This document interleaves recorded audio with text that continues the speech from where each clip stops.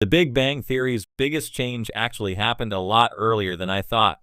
For years, I assumed the Big Bang Theory evolved slowly, gradually loosening its nerd-centric structure, gently integrating new characters, and carefully shifting from a comedy about scientists into a full-scale ensemble sitcom about love, friendship, and adulthood.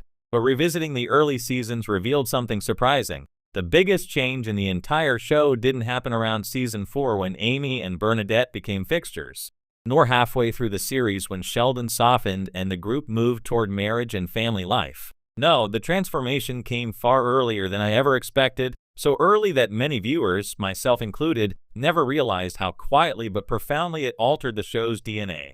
If you look closely, the Big Bang Theory's most dramatic shift happened midway through season 1, and after that moment, the show would never truly be the same. The original version of Big Bang Theory wasn't built for longevity. To understand the magnitude of this early transformation, you have to remember what the series was originally designed to be. In its first several episodes, the Big Bang Theory was essentially two socially awkward geniuses, one pretty but normal neighbor, a classic odd couple setup. The jokes were narrower, faster, and far more reliant on the contrast between genius man and normal woman. Scientists were the punchline. Leonard was the straight man. Sheldon was a chaotic storm of intellectual superiority and emotional immaturity. Penny was the entry point for the audience. The formula worked, but only up to a point. The early episodes often felt like a three-person stage play rather than an ensemble sitcom with long-term potential. The humor was front-loaded, but the world was small. Without a change, the show would have run out of ideas by season 2.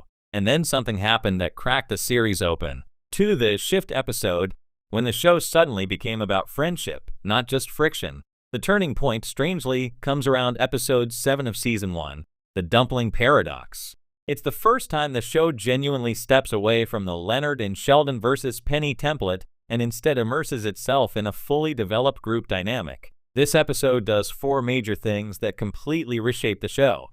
Penny integrates into the guys' world for real. Penny doesn't just appear in the hallway or invite herself over for dinner. She becomes the temporary replacement for Howard in their weekly Halo game. For the first time, Penny isn't the outsider, they are. This is the beginning of the Big Bang Theory as an ensemble. It's subtle, but it's seismic. The writers realize the group dynamic is funnier than the triangle. The comedy of the episode doesn't hinge on the guys clashing with Penny. It emerges from Penny dominating the video game, Sheldon's meltdown over the change in their routine, the group's chaotic energy when someone disrupts the status quo. This is the first glimpse of the show discovering something essential. Group chaos is funnier than isolated friction. See, Howard becomes more than the creepy periphery character. Up until this point, Howard's defining trait is his cringe-worthy attempts at seduction. But in this episode, he becomes a narrative engine. His disappearance into a temporary girlfriend is what sets the entire plot in motion. It's the first time Howard is used like a real character, not just a walking punchline. And it won't be the last.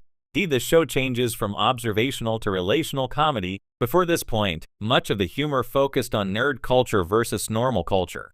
After this episode, the comedy increasingly arises from interpersonal relationships, jealousies, rituals, quirks, and emotional conflicts. That shift becomes the backbone of all 12 seasons. This wasn't just another episode. It was a blueprint for the rest of the series. Season 1 quietly abandons its original premise after this moment. From this turning point onward, the show begins a rapid, but almost invisible transition. Sheldon becomes the breakout character. At the beginning, Sheldon was meant to be the eccentric side dish to Leonard's grounded leading man role. But after the shift, the writers realized Jim Parsons is producing comedic gold with every micro gesture and vocal shift. Suddenly, Sheldon gets more storylines. His quirks start defining episodes. His reactions shape the show's rhythm. This was before the soft kitty moment, before Bazinga, before Amy. Yet the early seeds are all planted here. Penny becomes family, not contrast. At first, Penny exists to show how socially inept the guys are. After the shift, she becomes the glue that binds everyone. Her friendships grow, her influence expands, and she becomes the emotional center of the show, even when she pretends she isn't. Howard and Raj slowly evolve from side characters into essential voices. The early scripts often leave them hanging in the background delivering one-liners. But once the writers discover that the ensemble chemistry is the show's real asset, Howard and Raj are pulled into fully realized arcs. By season 2, Howard's overconfidence, Raj's selective mutism, and their intense bromance are episode-defining components. All of this begins far earlier than most fans remember. For The Big Bang Theory didn't evolve because of new characters, it evolved because of purpose. Most people think The Big Bang Theory changes when Amy and Bernadette join. And yes, their arrivals are massive shifts. But those additions only work because the show had already changed its identity. The series goes from a niche comedy about awkward scientists to a character-driven relationship sitcom to a full ensemble about life, love, and growing up. Amy and Bernadette fit into the show that was reborn in season 1, not the one that premiered. Without that early change, there would be no slow-burn romance plots, no wedding arcs, no emotional finales, no evolving dynamics. The real Big Bang Theory, the version that became a global phenomenon, starts much earlier than most fans realize. 5. Why the change was so easy to miss. Since the series never makes a dramatic pivot episode, many viewers don't notice how quickly it evolves. Why? A. The tone stays the same. The rhythms, jokes, and pacing remain classic Chuck Lorre sitcom. Laugh tracks, quick banter, escalating chaos. So the internal shifts don't feel abrupt. They're woven into the same comedic fabric. B. The shift hides inside character growth. Because the characters expand naturally, the show feels like it's simply getting better, not becoming something different. Leonard becomes more confident. Penny becomes more emotionally connected. Sheldon becomes the comedic nucleus. C. We misremember early seasons. When most people think of season 1, they recall the pilot, the Penny-Leonard chemistry, or Sheldon's early rigidity. But the mid to late season episodes are already unmistakably the show we later know. The ensemble chemistry is subtle, not loud. You don't notice the moment a group dynamic clicks. It just suddenly feels right. Once it does, the show feels normal, even if that wasn't the original plan.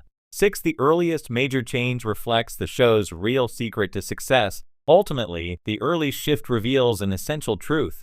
The Big Bang Theory became a hit because it embraced its characters, not its premise. The jokes about physics, comics, and nerd culture were fun, but they weren't enough for a 12-season comedy phenomenon. What kept audiences around for more than a decade wasn't the humor of outsiders struggling to fit in. It was the warmth of people building their own version of a family. From that early season 1 moment onward, the show becomes a series about found family, eccentric but lovable friendships, romantic evolution, personal growth, imperfect people trying to navigate adulthood, and that shift is why the emotional payoff of later seasons works so beautifully. Sheldon's Nobel, Howard becoming a father, Leonard and Penny's marriage, Raj's ongoing search for love. The show earned every one of those moments because it reinvented itself long before the audience realized. 7. Looking back, it's clear the biggest change was a foundation, not a